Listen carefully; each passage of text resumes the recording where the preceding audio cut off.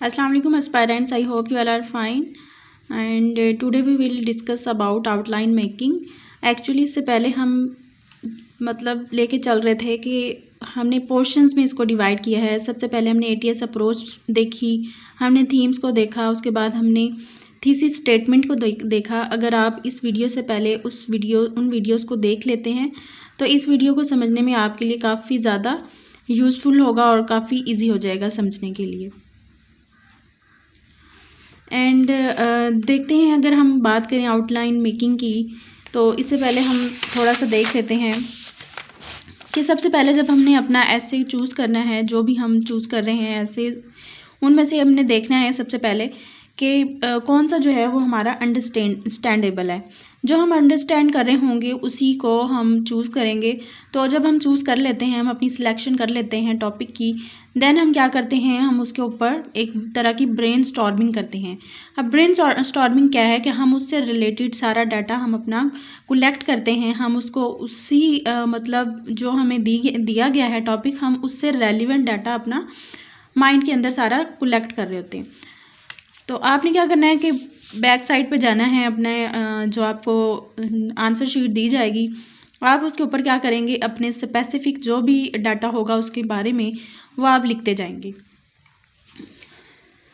And then highlight specific words in a circle and work on it properly.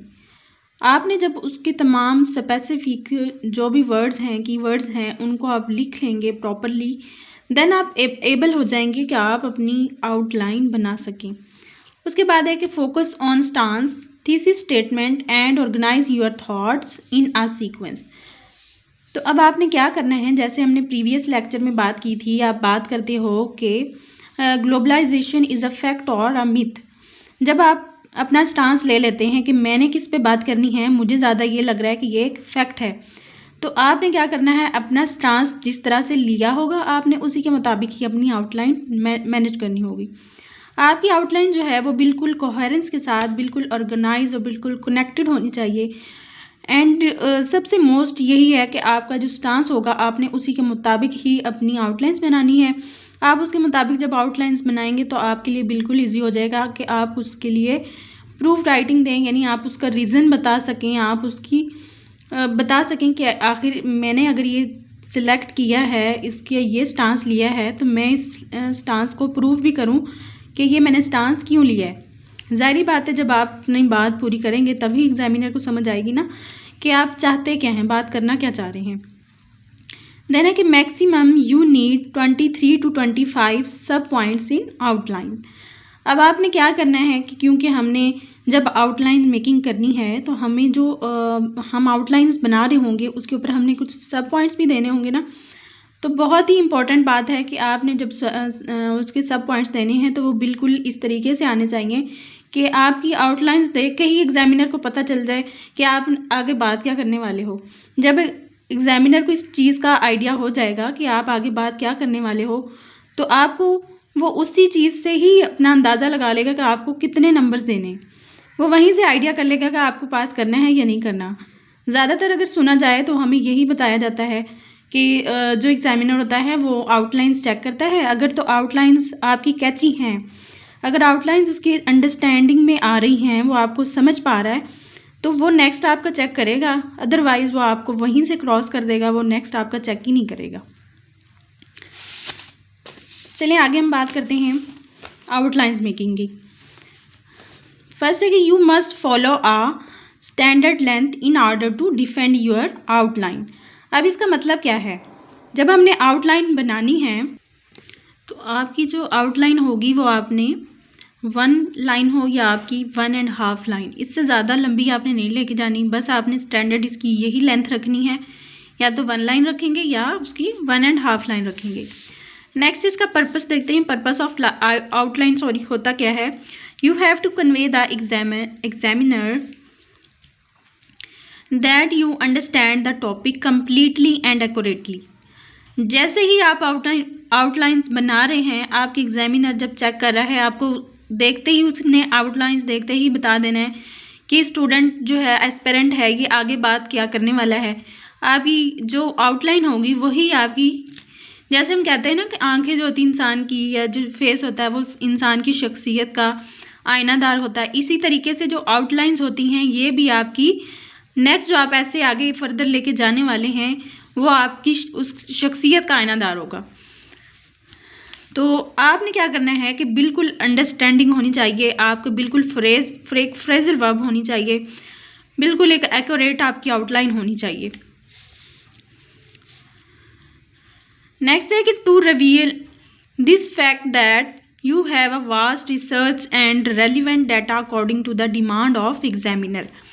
अब जो आप लिख रहे हो आपको पता होना चाहिए कि मैं अपनी हर लाइन को किस तरीके से डिफेंड करूँगा। यानी आपका जो पैराग्राफ शुरू होता है उसमें आप एक इंट्रोडक्शन उसको देते हो, उसके बाद उसको कंक्लूड करते हो, आप उसको पहले इंट्रोडक्शन देते हो, फिर उसको आप प्रूफ करते हो। आपको पता होना चाहिए कि आप इसके बारे में क्या लिख रहे हो और आपको हर बात को किस तरीके से कंक्लूड करना है। आपके पास टोटली उसके पास वास्ट रिसर्च होनी चाहिए और वास्ट उसके लिए आपको रेलिवेंट डाटा लगाना है। जो एग्जामिनर ने पूछा है आपने वही डाटा यूज़ करना है। आपने अपने पास से कोई भी बात इस तरीके से शामिल नहीं कर देनी जो आपकी पूरी आउटलाइन को ख़राब ही कर दे। Thesis statement stance must be in front of you while developing outlines. अब जो मेरा तरीका है मैं क्या करती हूँ कि मैं अपनी थीसिस स्टेटमेंट और कंक्लूजन जो है ये मैं आउटलाइंस बनाने के साथ ही लिख लेती हूँ। यानी आउटलाइंस बनाने से पहले मैं अपना थीसिस स्टेटमेंट लिख लेती हूँ, मैं उसके बाद आउटलाइंस लिख लेती हूँ और उसके बाद मैं अपना कंक्लूजन साइड पे लिख लेती हूँ, ताकि मैं जब अपनी ऐसे को लिख रही होंगी तब मुझे परेशानी नहीं होगी कि मैं अब इसको अलहदा से बनाऊँ। मैं जो लिखा होगा वो मेरे पास माइंड में होगा, मैं वही दोबारा लिख लूँगी। क्योंकि हमारे पास डाटा इतना ज़्यादा होता है कि हमें समझ ही नहीं आ रही होती अब हम इसको मैनेज कैसे करें, हम इसकी कोहेरेंस कैसे बनाएं। तो मैं तो यही आपको सजेस्ट करूँगी कि आप थीसिस स्टेटमेंट पहले लिख लें।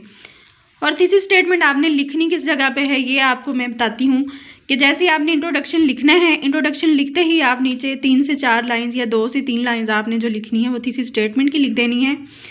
वो इस तरीके से लिखें जैसे अब ये इंट्रोडक्शन आ रहा है यहाँ से यहाँ तक, आपने नेक्स्ट यहाँ से शुरू कर देना अपनी थीसिस स्टेटमेंट को, ताकि एग्जामिनर को पता चल जाए कि थीसिस स्टेटमेंट इसकी क्या है। और मोस्ट इम्पॉर्टेंट बात ये कि जब आप थीसिस स्टेटमेंट लिखनी है आपने आउटलाइंस लिखनी है। आउटलाइंस लिखते हुए आपने उसके अंदर थीसिस स्टेटमेंट नहीं लिखना, ठीक है। ये गलती आपने बिल्कुल भी नहीं करनी, एक ब्लंडर हो जाएगा। जब आउटलाइंस लिखनी है उसके अंदर थीसिस स्टेटमेंट नहीं लिखना, आपने सिर्फ इंट्रोडक्शन के नीचे अपनी थीसिस स्टेटमेंट को राइट कर देना है। ज़्यादातर टीचर्स ये भी बताते हैं कि आप स्टार्ट में लिख दें, तो कोई मसला नहीं, आप स्टार्ट में भी लिख सकते हैं, लेकिन ज़्यादा जो एक्यूरेट जो मुझे लगता है कि ज़्यादा बेहतर वो यही है कि आप इंट्रोडक्शन के बाद लिखें। नेक्स्ट हम बात करते हैं क्वालिटीज़ ऑफ आउटलाइन। अब इनकी क्वालिटीज़ यानी all the points are interlinked and relevant thoroughly. अब जो आप पॉइंट्स लिख रहे हो 1 बाय 1 आप लिखते जा रहे हो, आपके तमाम पॉइंट्स के अंदर एक कोहेरेंस होना चाहिए। अब ये नहीं कि आप लिख रहे हो आपके पास है जैसे कि democracy and illiteracy do not move together. अगर ये टॉपिक है तो आप ये नहीं करोगे कि आप डेमोक्रेसी को पहले लिख दो उसके बाद आप इलिटरेसी को लिखना शुरू कर दो। जाहिर बात है आपको पहले लिखना होगा ना कि ये वजह क्या है, इलिटरेसी ही तो वजह है उसकी, आप वो लिखोगे उसके बाद उसको प्रूव करोगे कि ये किस तरीके से डेमोक्रेसी को के ऊपर इम्पैक्ट कर रही है। अच्छा, नेक्स्ट हम बात कर लेते हैं कि इनकी लेंथ कितनी होनी चाहिए। Length should be 1.5 pages maximum. अगर आप 2 पेजेस तक भी चले जाते हैं तो कोई मसला नहीं है, लेकिन आप 1.5 पेजेस तक रखें तो आपके लिए ज़्यादा यही होगा कि आप थोड़े से थोड़े वक्त में अपने पेपर को डिफेंड कर पाएँ। नेक्स्ट है कि 18 से जो 20 पॉइंट्स है are more than enough in outlines. आप 18 से 20 पॉइंट्स लिखेंगे और आगे मैंने पीछे आपको बताया था कि उसको सब पॉइंट्स जो हैं वो आप 23 से 25 में डिवाइड कर सकते हैं। अब सब पॉइंट्स का मकसद ये होता है कि आपके जो क्योंकि एग्जामिनर का ज़्यादा फोकस आपका होता ही आपकी आउटलाइंस पे है, तो जैसे आप अपनी आउटलाइन लिखोगे और उसकी सब पॉइंट्स में आप जिस तरीके से उसको डिफेंड कर दोगे चलते हुए एक कोहेरेंस के साथ, उसको पता चल जाएगा देखते ही कि इस पॉइंट में बात क्या करने वाला है और इसको क्या डिफेंड करने वाला है। हो सकता है ज़्यादा में भी हो सकता है कि वो आपकी आगे ऐसे को चेक ही ना करे, वो आपकी आउटलाइन से ही अंदाज़ा लगाए और आपके मार्क कर दे। Next, work according to proper weightage and apply the formula of ATS। अब जिन्होंने वीडियो मेरी देखी होगी ATS वाली, उनको फ़ौरन पता चल जाएगा कि हम ATS अप्रोच लगाते ही क्यों हैं। ATS अप्रोच लगाने का मकसद ये होता है कि आपको एरिया, उसका एक बाउंड्री का पता चल जाता है कि आपने कितनी बाउंड्री तक रहना है, आपको किस हद तक जाना है अपने ऐसे को लेके। जब आपको ये पता चल जाएगा, जब आपको एक रोड मैप का पता चल जाएगा, तो आपके लिए ऐसे को सॉल्व करना बहुत ही ईजी हो जाएगा और अपनी आउटलाइंस पे फोकस करना बहुत ही ईजी हो जाएगा। आपको पता चल जाएगा कि आपका एग्जामिनर आपसे क्या बात कर रहा है और आपने किस बारे में ही बात करनी है। आपने एक ओपन एंडेड ऐसे लेके जाना है या आपने एक क्लोज एंडेड ऐसे को लेके जाना है, और किन किन सेगमेंट्स को आपने कितना वेटेज देना है।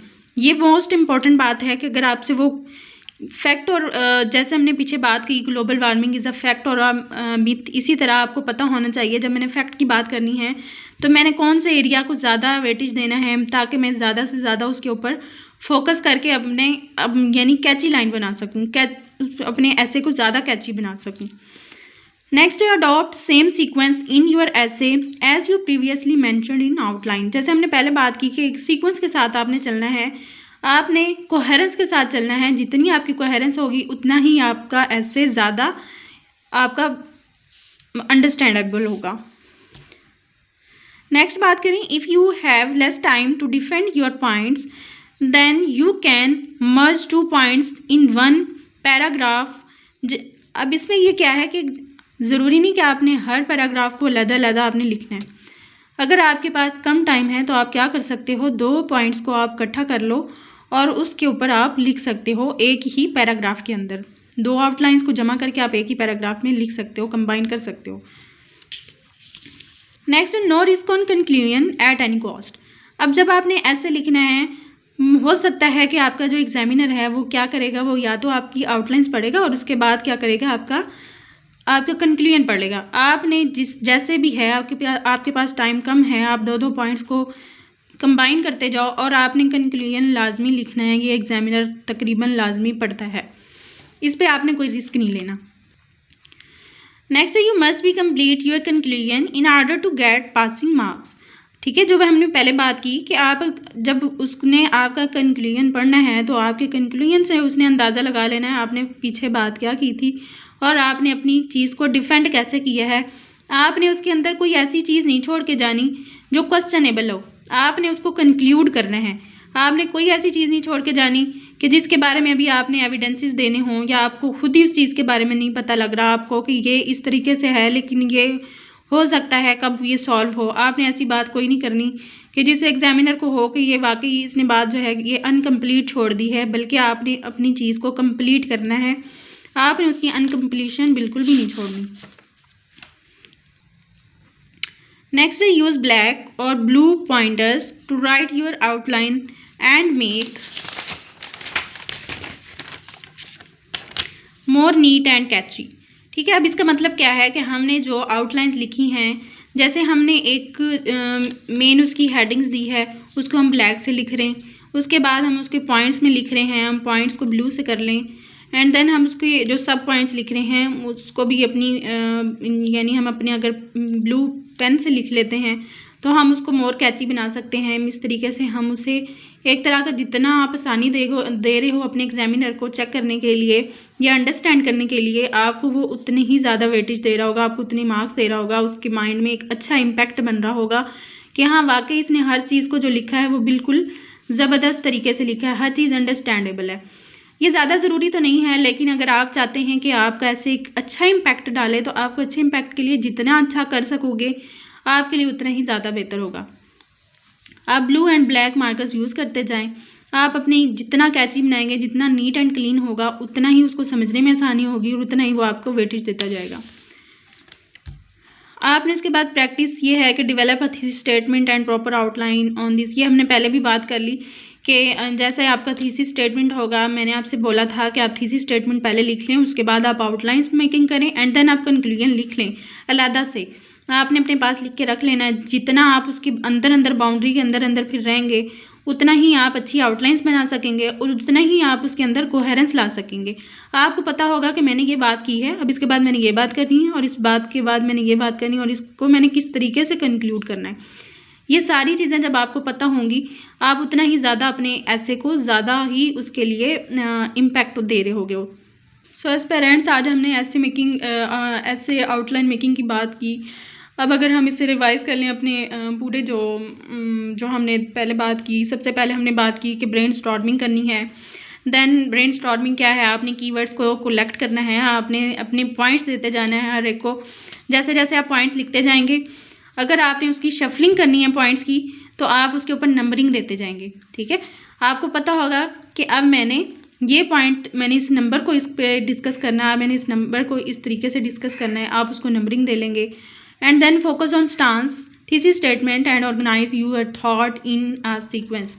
देन आपने जो थीसिस स्टेटमेंट बनाई होगी, हमने बार बार इसी चीज़ पे फोकस किया है कि जो आपका थीसिस स्टेटमेंट है, जो आपका स्टांस आपने लिया है, आपने अपनी सारी आउटलाइन उसके मुताबिक ही बनानी है। और देन हमने बात की कि 23 to 25 आपने सब पॉइंट्स बनाने अपनी आउटलाइंस के। फिर हमने बात की थी कि आपकी लेंथ कितनी होनी चाहिए आउटलाइन की, 1 लाइन हो या 1.5 लाइन हो। उसके बाद हमने पर्पस ऑफ आउटलाइन क्या था कि ये कन्वे करना है एग्जामिनर को कि वो आपकी आउटलाइंस देखते ही अंडरस्टूड कर सके कि आगे आप अपने ऐसे में क्या लिखने वाले हो। एक तरह से ये आपका ओवरव्यू होगा। एंड देन हमने बात की कि रेलिवेंट डाटा होगा, रेलिवेंट फैक्ट्स होंगे। हमने इधर उधर की बातें नहीं करनी, बिल्कुल अपनी बाउंड्री के अंदर रहते हुए बातें करेंगे। वो किस तरीके से हम बातें करेंगे इस बाउंड्री के अंदर रहते हुए, उसके लिए हमारे पास ATS अप्रोच का होना ज़रूरी है। उस पर ज़्यादा से ज़्यादा 2 या 3 मिनट लग जाएंगे, इससे ज़्यादा आपका टाइम नहीं लगेगा। जब आप ये बना लोगे तो आप अब खुद श्योर हो जाओगे कि मैंने किस बाउंड्री के अंदर रहते रहते हमने किस चीज़ के बारे बात करनी है। इसके अलावा आपको ये हो जाएगा कि मैंने अगर वो 2 चीज़ों की बात कर रहा है तो मैंने ज़्यादा वेटेज किस चीज़ को देना है।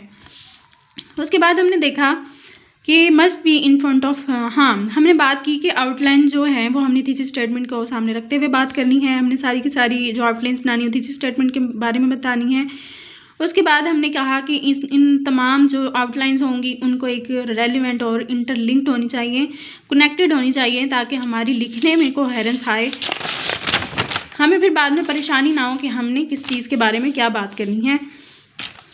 उसके बाद हमने बात की कि लेंथ कितनी हो, वो पहले भी हम बात कर चुके हैं। 1.5 पेजेस की होनी चाहिए आउटलाइंस की। उसके बाद 18 to 20 जो हैं पॉइंट्स होने चाहिए आउटलाइंस के। उसके बाद हमने बात की work according to the proper weightage. ठीक हो गया, ये हमने पहले बात कर ली ATS फार्मूला की।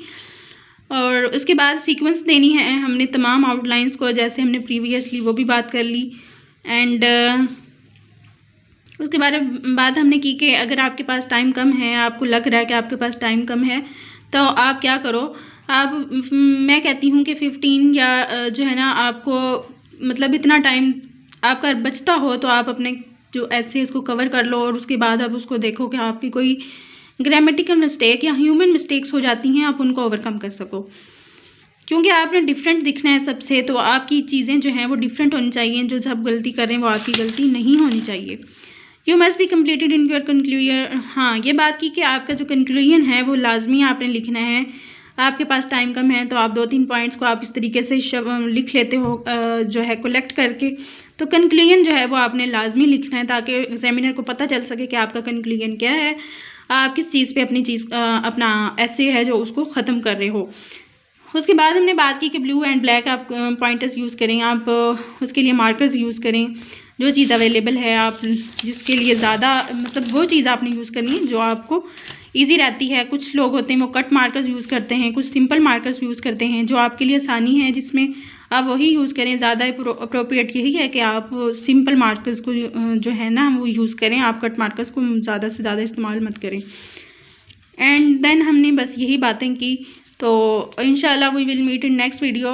मैं उम्मीद करती हूँ कि आपको बहुत अच्छे से समझ आ गई होगी। अगर आपको कुछ समझ नहीं आया तो आप कमेंट बॉक्स में दोबारा पूछ सकते हैं। तो ये तो बहुत ही नाइंसाफ़ी होती है जब आप देख लेते हैं लेकिन आप लाइक भी नहीं करते और ना ही आप उस पर कमेंट करते हैं। कोई मसला नहीं, लेकिन लाइक तो कर दिया करें ताकि थोड़ी बहुत मेरी भी हौसला अफजाई हो जाए। So as parents, we will meet in next video inshallah. Allah Hafiz.